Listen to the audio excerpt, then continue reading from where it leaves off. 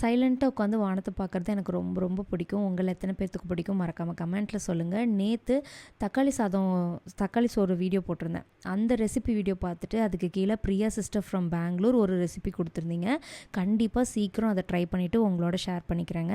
இன்றைக்கி பார்த்திங்கன்னா டின்னருக்கு பூரி ப்ரிப்ரேஷன் தான் போயிட்டுருக்கு. பூரிக்கு ஒரு பெஸ்ட்டு காம்பினேஷன் என்னவாக இருக்கும்னு நீங்கள் நினைக்கிறீங்கன்னு கமெண்ட்டில் சொல்லுங்கள். எனக்கு ரொம்ப பிடிச்ச பூரிக்கு காம்பினேஷன் பார்த்திங்கன்னா உருளைக்கிழங்கு மசால் தான். உருளைக்கிழங்கு மசால் மட்டும்தான் பிடிக்கும். அவ்வளோ சூப்பராக இருக்கும். சிம்பிள், பண்ணுறது டேஸ்ட்டு ஆசமாக இருக்கும். அதே மாதிரி பூரிக்கு உருட்டும் போது குட்டி குட்டி உருண்டையாக உருட்டினா கொஞ்சமாக எண்ணெய் ஊற்றினா போதும். அதே மாதிரி எங்கள் வீட்டில் பூரி போட்டு எடுக்கிறது நான் தாங்க.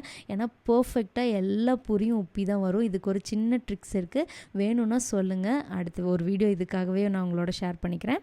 இன்றைக்கி டின்னர் பூரி வித் உருளைக்கிழங்கு மசால் என்னோடய ஃபேவரட். உங்களோட டின்னர் என்ன கீழே கமெண்ட் பண்ணுங்கள். மறக்காமல் நம்ம சேனலை சப்ஸ்கிரைப் பண்ணி சப்போர்ட் பண்ணுங்கள்.